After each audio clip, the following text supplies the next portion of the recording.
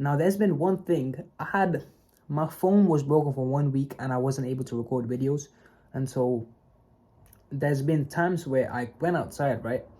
And I compared outside world, like real life, to social media, the world that we see on our phones and shit. And the thing which I realized was when you're on a phone, everything outside looks way more exaggerated, right? Everything looks way more like hyper real. Everything has more like exaggerated. I can't even say the exaggerated exaggerate. I don't even know, but I'm gonna keep butchering it. But you gotta listen to me. Do you know what I mean? Everything outside looks way more exaggerated than what it actually is, right?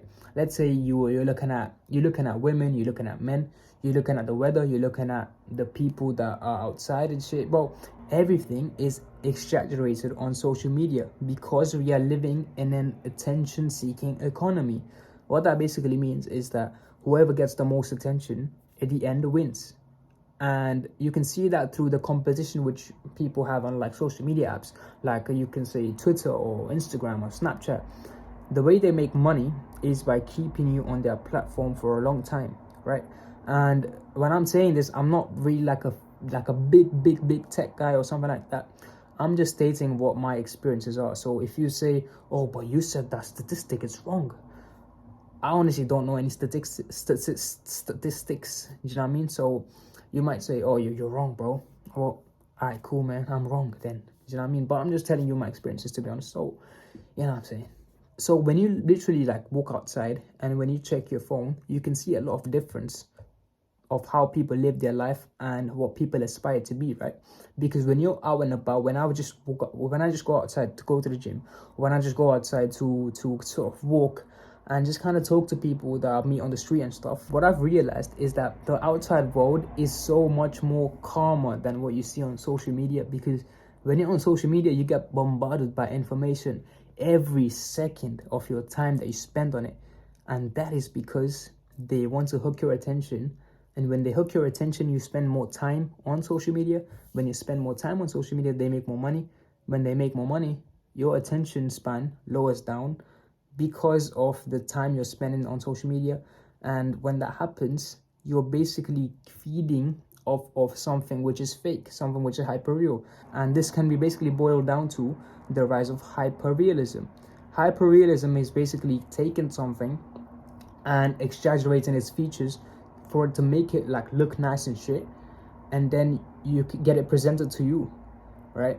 And then you're like, bro, I need to aspire to be this. Because I can see a lot of my brothers and my sisters, right? They're on social media and they look at like other people and stuff, and they're like, bro, I wish I was as good looking as this guy or as this girl.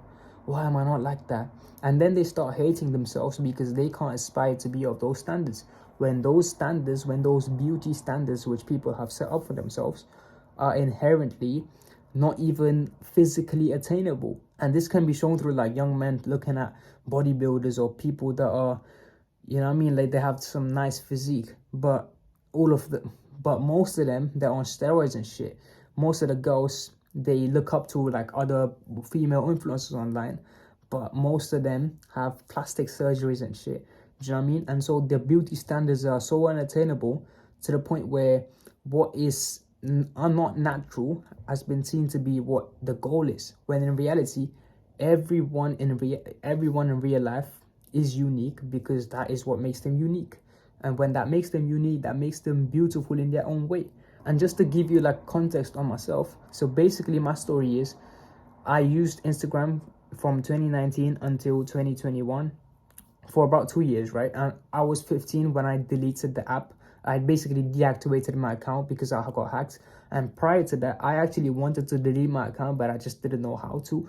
And so God just gave me a sign, delete the account. And now I haven't been on Instagram for about 4 years nearly, 2021 August until now, which is like May 2024, which I've uploaded this video on, right?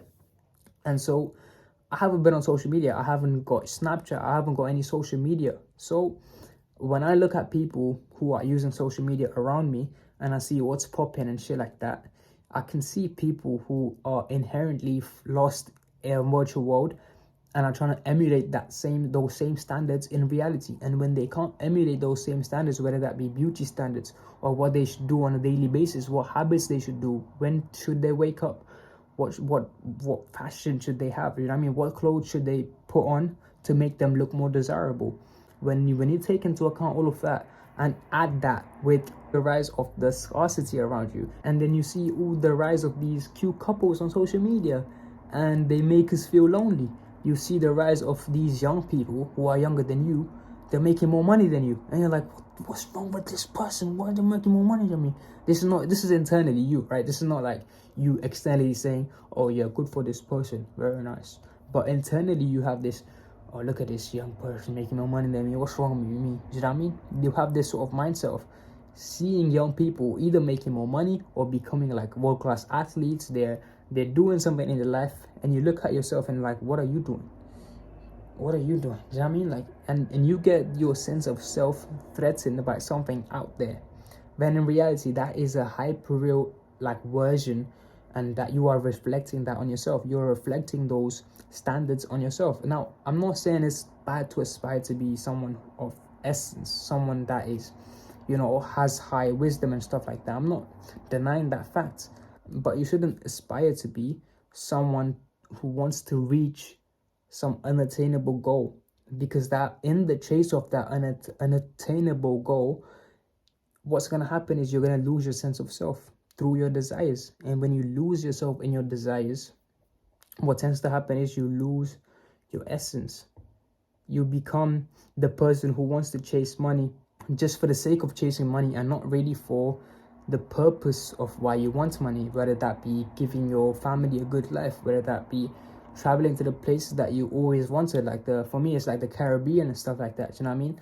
And so another factor is, it's not just about social media, it's about the TV shows that you watch, it's about the movies that you watch, it's about the music that you listen to, because all of these things glamorize a certain thing. They all glamorize S3. I'm not gonna say the word, maybe it's gonna pop up here, right? But they glamorize this stuff in order to make you feel lonely, in order to play on your most psychological, like, you know what I mean, like burning desires that you have within your heart, but you're not able to express them. That is the reason why they're making a lot of money, because they use those desires that you have, and then they take it and they market it to you, to sell it to you. And people around us are like consumers. They just take in whatever's there, without realizing the harmful impact of what that specific thing has on their perspective, or on their journey, or on their vessel, right? All these things inherently are lowering your vibration. When you compare reality, real life, to what you see on social media, your vibrational frequency decreases, because you see something on social media as being more desirable, but that is literally taking away the sense of self which you have within yourself. And when you look at things outside, when you look at things of more like essence, that raises your vibrational frequency, because then you're not operating at this sense of like scarcity. I don't have enough money, I don't have enough of this, I don't have enough of that. And instead you flip into that gratefulness mindset, you step into that gratitude, and you start being more grateful for things. And that is how you're going to get to the next level. It's not by questioning what I need to have right now, what I'm lacking right now. The main method where you can manifest the abundance that you want in your life is not by saying, oh, what's wrong with me now, what do I need to change about myself, what do I need to do this. Now, these are good things, but I'm not saying don't do these, but you need to realize you need to focus on what you already have in order to go to the next level, right? And so that brings the end of my not so long rant. But yeah, thank you for watching this video. And if you're like an entrepreneur or a YouTuber, I've got something to show you, and so you can click the first link in the description to see. And with that being said, I'll see you in the next one.